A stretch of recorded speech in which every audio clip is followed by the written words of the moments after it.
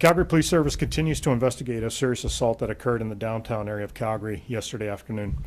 At approximately 3 p.m. on Tuesday, April 23rd, 2013, police were called to reports that a man had been stabbed. The victim, who is 35 years old and from Calgary, was approached by two suspects as he was entering his vehicle in the 1300 block of 10th Avenue Southwest. An altercation occurred and the victim was stabbed. He was then able to drive a couple of blocks down the road to the 1000 block of 10th Avenue Southwest, where he called 911. He was transported to hospital, where he remains in life-threatening condition. A female who was in the passenger seat of the vehicle was not injured. We're looking for two suspects. First suspect is described as an Asian male between 25 and 35 years of age, approximately 5'10" to 6'2" in height, and weighing between 200 and 225 pounds, with a very athletic build. He was wearing a gray sweatshirt and black pants. The second suspect is described as having dark skin, between 25 and 35 years old, 5'7" to 5'10" height, with an average build. We're also keen to locate a red Honda Odyssey that was seen in the area. It's described to us as having black steel rims, similar to what you'll see with the winter tires, just plain black rims. And on the back rear right corner of the hatch is a Stampeders logo. So if anybody sees that vehicle, we're encouraging you to call us. While the motive for the assault is still being investigated, we believe that this was a targeted attack, and we are investigating to determine if it was gang-related. Several CPS units are involved in the investigation, including our Guns and Gangs unit. And anybody with information, we're encouraging you to call either 266-1234, or of course you can provide information anonymously through Crime Stoppers.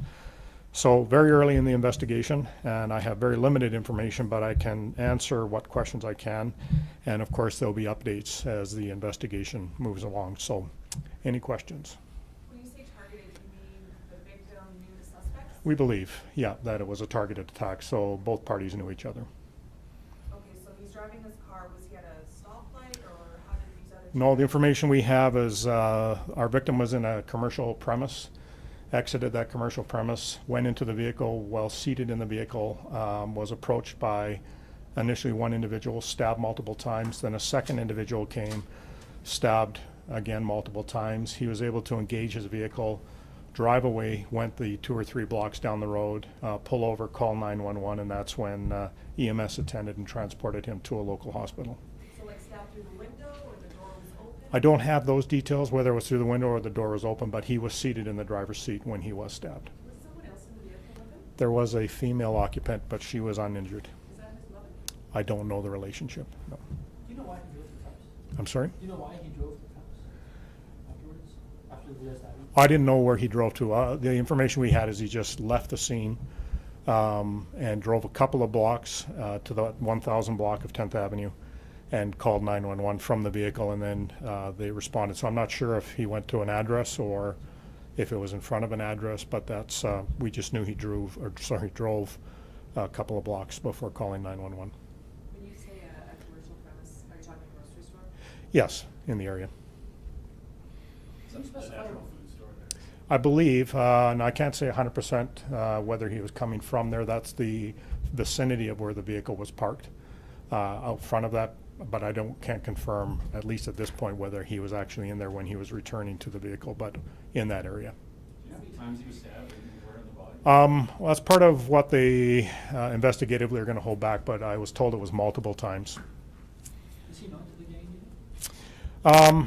We can't get into whether or not he's known to us, anybody involved in this matter, but what we can say is that we're looking at all angles, including if this was gang-related. Is there any possibility with your cameras here, there, and everywhere, or do you think there's any witnesses, any possibility of a license plate or a commercial license plate you guys are working with? Yeah, we are looking at CCTV footage from a neighboring business, not sure exactly from where, but we are asking that if anybody has any other pictures or photos or information to let us know. So whether or not that's going to be able to provide any more details, certainly we're looking, another vehicle that was identified at the time was a white BMW X5, but we're not sure if that vehicle was involved or related to this matter in any way. So if The individual who was in that white BMW X5 sees or hears this report, we'd certainly like to talk to them to find out what they may have seen or heard.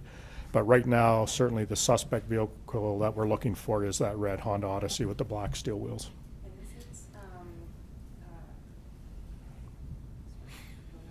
somebody else? No, no. I was No. gonna say, I mean, obviously a very serious crime at any time, but given that this happens sort of in, broad daylight,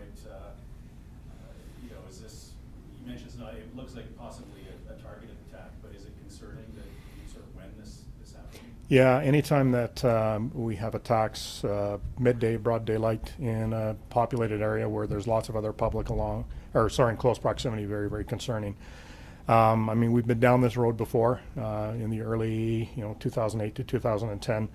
So anytime that you have attacks of this kind where there's lots of other innocent people around, it is very concerning. But it appeared that this attack was very focused on this individual and while he was seated in that vehicle. So based on the information we have, there are no other folks at risk. What are some of the factors you guys face when you respond to the scene? Especially given the fact that there were two scenes, trying to figure out what happened where. Yeah, and I think part of the biggest challenge is that on that initial response, you want to preserve evidence. You want to be able to talk to people. You need to get witnesses.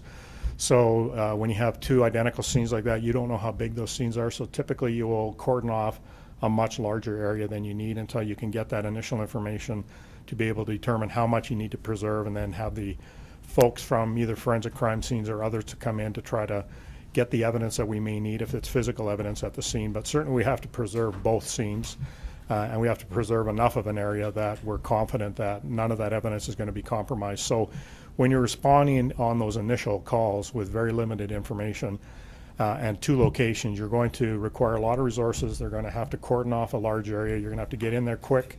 And even those first responding officers to get in to get that initial information from the people at the scene, the witnesses, they've got to be mindful of not compromising the crime scene as well. So it's it's difficult when you have limited information, and even in some cases you may have inaccurate information. So you have to be mindful of all that and the investigative integrity that at some point you're going to have to articulate this to a court of law.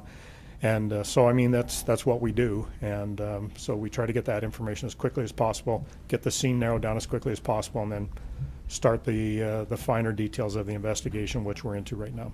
Does the victim know, did he recognize the suspect? Or does he? We haven't had an opportunity to talk to the suspect yet, but we have been able to talk to the witness.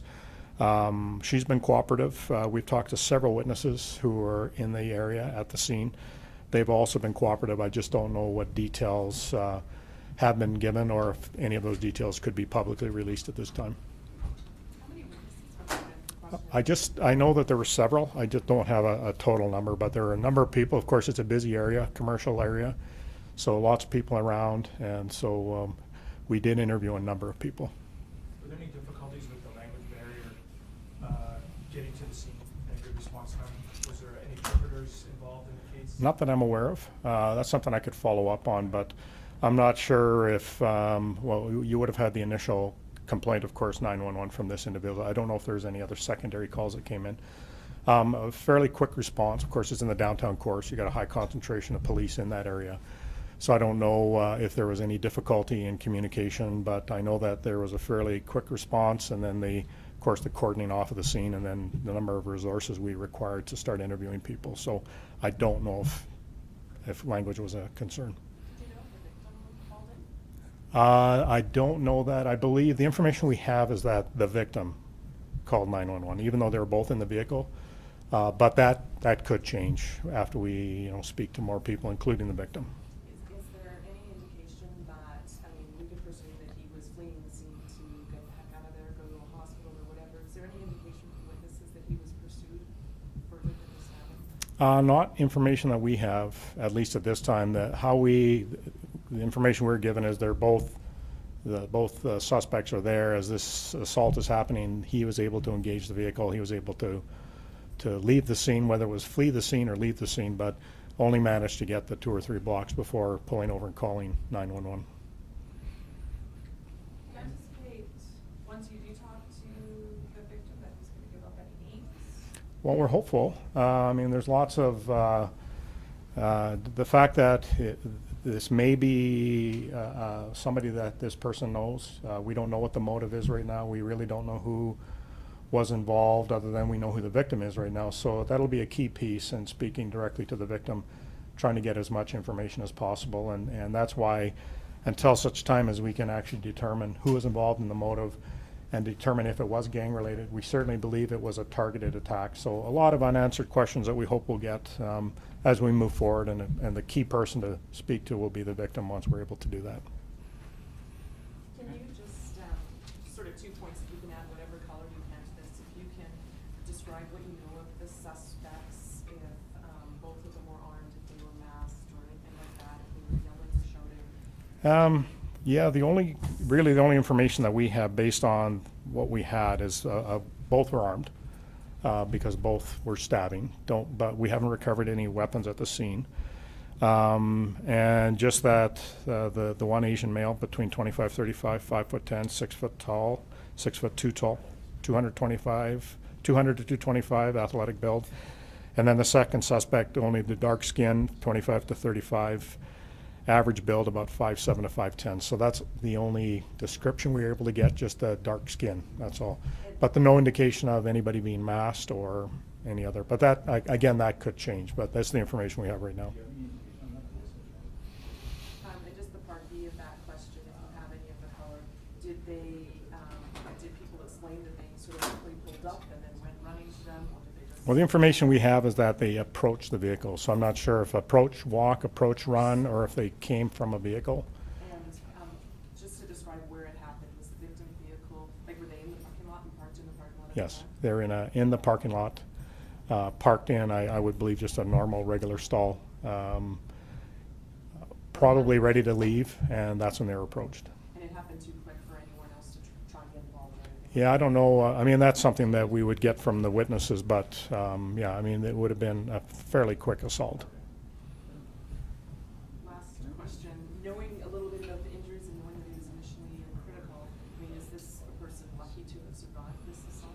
Well, we often say the miracle of the medical profession, because these individuals, a lot of these major assaults, you know, in years gone by, these folks would have succumbed to their injuries, but because of the great work being done by our trauma centers, a lot of these folks are recovering from pretty significant injuries. So at this point, we have to remember he's still in life-threatening condition, but I'm sure the medical folks are doing their best to help his condition improve.